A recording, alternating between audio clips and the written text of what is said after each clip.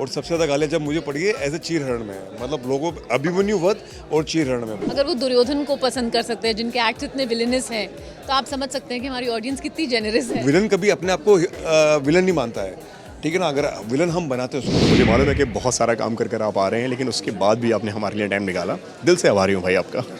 अरे thank you so much. बहुत अच्छा लगता है कि जब लोग इतना प्यार करते हैं और ख़ास तौर पर नेगेटिव किरदार को इतना प्यार करते हैं, तो मुझे लगता है कि एज एक्टर हमने बहुत कुछ हासिल कर लिया है कि मैंने इतने बड़े बड़े विलन्स के अभी फिल्में भी कर रहा हूँ मैं, मतलब दुर्योधन, कंस, अभी रिसेंटली मेरी फिल्म आई थी कनप्पा, उसमें कालमुख। तो मुझे लगता है कि ऐसा कोई बड़ा विलन बचा नहीं जो मैंने किया नहीं, और लोगों को जो प्यार मिल रहा है वो बहुत ही, मुझे हमेशा बहुत ग्लेड फील होता है, स्पेशली महाभारत से। क्योंकि महाभारत को भी 11-12 साल हो गए, फिर भी लोगों का इतना प्यार मिला। जहाँ भी जाता हूँ, अभी कल मैं कहीं बाहर था तो रशिया से कोई लेडी थी, तो उसने महाभारत, वो मतलब मुझे काफ़ी, मुझे एकदम शौक फील हुआ कि उसने महाभारत 2 बार देखा, और इतनी खुश हुई कि बोले हम अपने बच्चों को दिखा रहे हैं। मतलब आउट ऑफ इंडिया में भी अगर महाभारत को इतना प्यार मिल रहा है और मेरे किरदार को इतना नफरत मिल रही है तो मुझे लगता है कि यार वो बहुत खुशी की बात है। बाकी तो हम कर रहे हैं, काम करते जा रहे हैं। क्या पहला एहसास था जब आपको मालूम पड़ा है कि यार कि आपको कैरेक्टर मिल गया है दुर्योधन का महाभारत में, एंड पहला टेक, जो पहला रिएक्शन जो निकला हो आपके दिलो दिमाग से, यार कि कैरेक्टर तो करना है, हीरो बनने आए हो, यहाँ पे बना दिया मेरे को विलन? नहीं, ऐसी बात नहीं है। मुझे लगता है कि मुझे अगर कोई पूछता कि कौन सा किरदार करोगे महाभारत में, तो मैं बोलता कि दुर्योधन ही करता है, क्योंकि आपके ऊपर है कि आपको किरदार। जब मैं सिद्धार्थ सर से मिला था, उन्होंने बोला कि मैंने कहा सर इसको कैसे करना है, तो बोला कि तू इसको समझ, ये दुर्योधन हीरो है इस महाभारत का, क्योंकि विलन कभी अपने आप को विलन नहीं मानता है, ठीक है ना। अगर विलन हम बनाते हैं उसको, बाकी आदमी अगर कोई भी वो अपने आप को बोलेगा मैं हीरो ही हूँ, भाई मैं जो कर रहा हूँ अच्छा कर रहा हूँ, तो अपने को विलन मानता नहीं। मेरा यही टेक था कि दुर्योधन जो कर रहा है एज ए हीरो करूँगा मैं, मतलब मेरी जो इच्छा है मैं करूँगा, एज ए प्राउड फील होगा मुझे, तो वो चीज़ कर रहा हूँ मैं। कोई ऐसा, कोई एक कॉम्प्लीमेंट, कोई ऐसा कमेंट जो आपको याद हो, जो आपको दुर्योधन प्ले करते वक्त, उस वक्त आपको मैसेज जो आए हो, जो डीएम्स जो आए हो? कॉम्प्लीमेंट या प्ले तो ऐसा कुछ नहीं है, लेकिन बहुत गालियाँ बहुत पड़ी है, तो वो मुझे हमेशा याद रहता है। और वो सबसे, मतलब गालियाँ बहुत पड़ी मुझे। और एक सबसे मेरी जो खास है, मतलब जो दुर्योधन की सबसे फेवरेट एक्ट्रेस है, मैं उसको बुलाना चाहता हूँ आपको।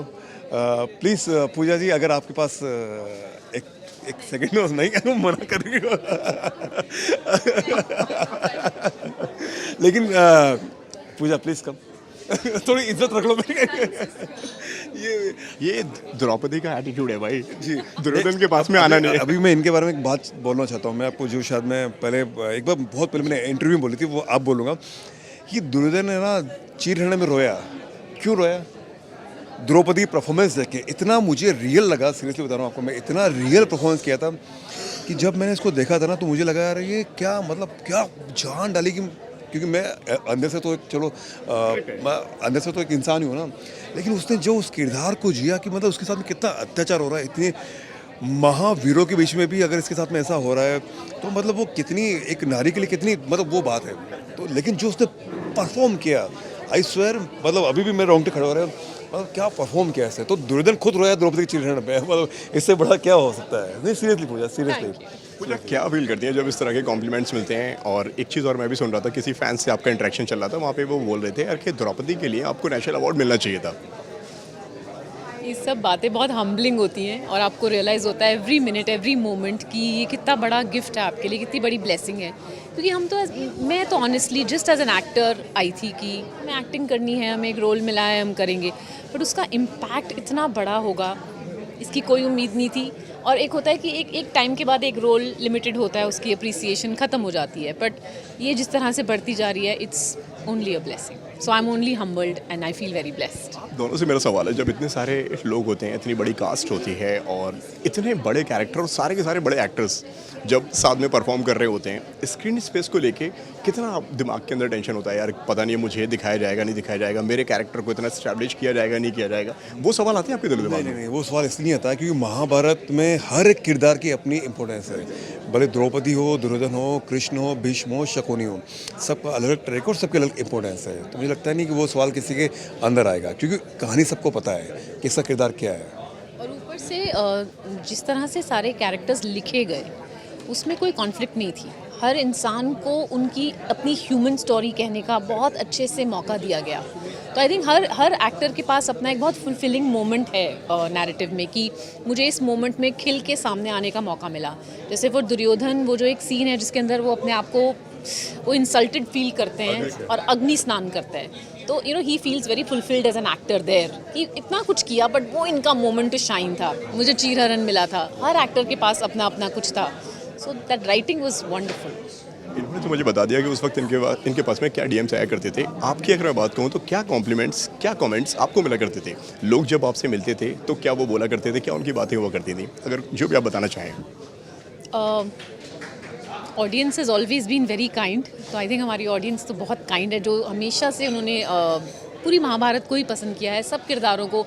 अगर वो दुर्योधन को पसंद कर सकते हैं जिनके एक्ट इतने विलेनस हैं, तो आप समझ सकते हैं कि हमारी ऑडियंस कितनी जेनरस है। एक्टिंग हीरोइज्म थी ना। पर किरदार दुर्योधन का ही था ना, वो तो तुम्हारी एक्सपर्टीज एज एन एक्टर अच्छी है, पर वो तो तुम्हारा काम हो गया। पर ऑडियंस का प्यार, वो उनकी जो एक एबिलिटी है, और सबसे ज़्यादा यही बात हमेशा कहने को मिलती है, एंड वो दैट मूव्स बियॉन्ड जेंडर। वो मेन एंड वुमेन सबके लिए है कि हमें बहुत स्ट्रेंथ मिलती है द्रौपदी के कैरेक्टर से, तो द्रौपदी के कैरेक्टर से बहुत स्ट्रेंथ मिलती है, so I take that to my heart. उस वक्त ट्रोलिंग समझ में आया करती थी आपको, जब नेगेटिव कमेंट्स जब आया करते थे, जब लोग नेगेटिव बातें जब किया करते थे? अभी हो रही मेरी बहुत ट्रोलिंग हो रही है, जैसे शो ओल्ड हो रहा है, जैसे लोग मुझे गालियाँ पड़ती जा रही है, और मतलब बहुत ही, लेकिन अच्छा फील होता है कि एज एक्टर मुझे लगता है कि लोगों ने मेरे किरदार को पसंद किया है, और ऐसे दुर्योधन मुझे देखा है। और सबसे ज़्यादा गालियाँ जब मुझे पड़ी है एज ए चीरहरण में, मतलब लोगों अभिमन्यु वध और चीरहरण में, बहुत सीरियसली बता रहा हूँ, बहुत सारी गालियाँ जो मैं सुनता हूँ तो भी मुझे, ए भगवान ऐसा क्या कर दिया मैंने, मतलब ये। आई थिंक ऑडियंस आज बहुत सेंसिबल है, वो ये बात जानती है कि हाँ ये मोमेंट बड़ा गलत था, तो वो एज दुर्योधन उन्हें गाली देती है, बट एज अ कैरेक्टर, किरदार, परफॉर्मेंस, उस सब की भी सराहना अलग से करती है। तो ऑडियंस बहुत स्मार्ट है टुडे। ये तो पॉजिटिव बातें हो गई, आपने कैरेक्टर्स के बारे में बता दिया। कोई ऐसे नेगेटिव कमेंट जो आपको उस वक्त आपको मिला करते होंगे, जो आपको लगता हो यार कि किसी का कोई फ़ैन है, कोई सारे शोज़ जो फॉलो करता है, क्योंकि सबके अपने अपने अपने फेवरेट्स होते हैं, आपने यहाँ पे ओवर एक्टिंग कर दी, आपने यहाँ पे अंडर एक्टिंग कर दी, कुछ ऐसे कुछ कमेंट्स आया करते थे आपके पास? सवाल आप इनसे पूछिए, मतलब इनका क्योंकि था ही दुर्योधन, तो ज़्यादा नेगेटिव वो उनकी तरफ जाया करता था। पॉजिटिव के पास में भी कितने नेगेटिव कमेंट्स जब आते हैं, क्योंकि शो के अंदर बहुत सारे कास्ट हैं, कोई अर्जुन का फ़ैन है, कोई कृष्णा का फ़ैन है, कोई द्रौपदी का फ़ैन है, कोई दुर्योधन के भी फैंस हैं। ऑनेस्टली फील, हाँ के भी फैंस हैं, बट आई ऑनेस्टली फील कि ऑडियंस बहुत इंटेलिजेंट है, और उन्होंने, और बहुत महान भी है एट सम लेवल, बिकॉज मैं हमेशा बोलती हूँ कि हमने तो छोटा सा अपना काम बहुत साल पहले कर दिया, इस शो को यहाँ तक ऑडियंस ही लेके आई है, and I have not had any experience जहाँ मुझे लगा हो कि any audience member has been unkind to me. Thank you so much. Lastly दोबारा कब आ रहे हैं टेलीविजन पे, अगर आप बताना चाहें तो? वेरी सून, आपकी दुआएं हमारे साथ हैं। फिल्म में आके, मूवी में आके। फिर जाते जाते जो कुछ भी कहना चाहो आपकी ऑडियंस से, आपके वर्ड्स में, आपके अंदाज। इतना प्यार देने के लिए आपको, और स्वास्थ्य को इतना प्यार देने के लिए, और आज तो स्वास्थ्य का दिन है, 18 साल पूरे हुए हैं, तो बालिग हो गया स्वास्थ्य का, आज एडल्ट हो गया। स्वास्थ्य, बस थैंक यू बोलना चाहेंगे हमेशा।